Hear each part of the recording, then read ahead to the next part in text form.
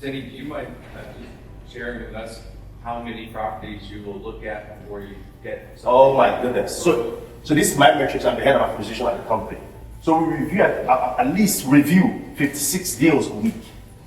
And then we underwrite about 7. What does underwriting mean? It means we look at the financials of the deal to see if it makes sense.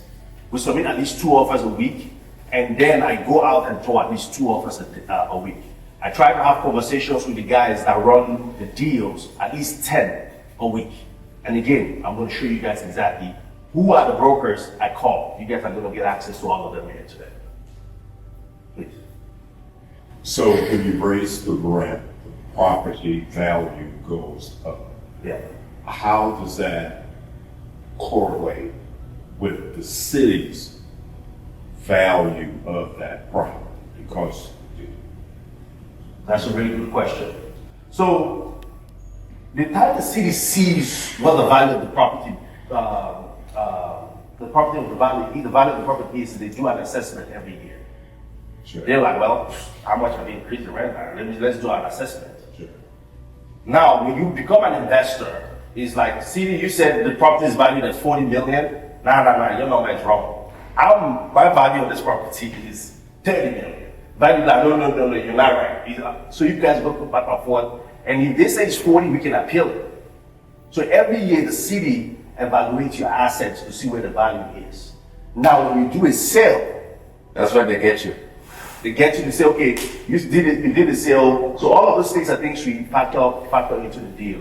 But from an investor standpoint, is I put in X amount into this deal, and the value of my property is going up. The question you have to be doing every day is, how much can I produce as return for my investor based on the value of increase? And that is the job of you, the investor, to keep track of.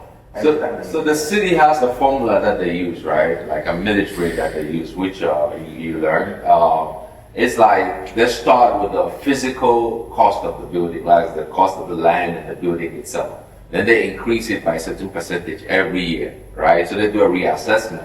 They look at revenues and all of that, and they do a reassessment. And what he's saying is like the city might do that and come and say, okay, your property is valued at this, your tax goes up, then we go fight and appeal them like that. But where they really get you is when you sell it, because you have to disclose the sales records. Then now your new value in the city is based on the sales records. Does that make sense? And there's always a way. I think there's always a way. You have people that will fight. Yeah, go ahead. You raise the answer. Yes, so I just had a question in regards to how you increase the value of a property. If you're buying a property that already has tenants in it, what are some examples that you would go in and actually increase that value? Okay, we'll show you here in a second. We'll show you that here in a second. You have a question right here? Yeah, my question is about this, when you sell the asset, right? So let's say the city is charging you 5,000 per day, and then because the value is 30 million, right? And then when you sell it like 50 million, is the city will go, I know that it's gonna be based on like that. It's gonna go back and say, okay, you know what, we've been declaring that the value of property is 30 million for the past 5 years. Can they charge you back? No. So every year they assess you. So you pay taxes. Everything he's talking about is you see the revenue you generate. He calculates as if 20%, 50% of that goes towards the expenses. Taxes is factored into that. Exactly. So every year you pay insurance, taxes, maintenance, all of this stuff is factored into this thing. And that's why it's called a business, because you have income and expense. You cannot operate it without saying, oh, how much the expense is going to be. Now, the one very important thing he mentioned is we use a fixed debt. Meaning when we go to the bank for them to give us mortgage, it's fixed. So we know exactly how much our mortgage is every month. Now, what we have control over are two things. Is our expense and our income. We have control over that. Can we reduce our expense while we increase our revenue? If we do that, it goes up. Now, and it's very, very it's simple. It's just like you give somebody value and say, hey, you might pay a little extra. If the community, one of our partners here, we went to visit one of our properties yesterday, and it was late in the night. Just looking at the property now, you can identify the little things you can do on the property to win somebody else or the tenant walk in the property. Now, like, this is new owners. Oh, they just fixed that thing over there. When they see that you're improving the community and their lives, it's very easy for them to say, I'm going to pay an extra $25 in rent.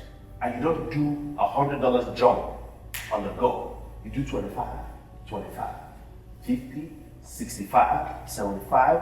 By the time you do it over time, you significantly increase the value of the property. And it's important to I was know. going to show you guys in a second. It's important to know that there's a strategy about where you go buy the properties in the first place. That's where it starts. You got to go in a market where there's that growth that is already existing. So that's where it starts. Okay.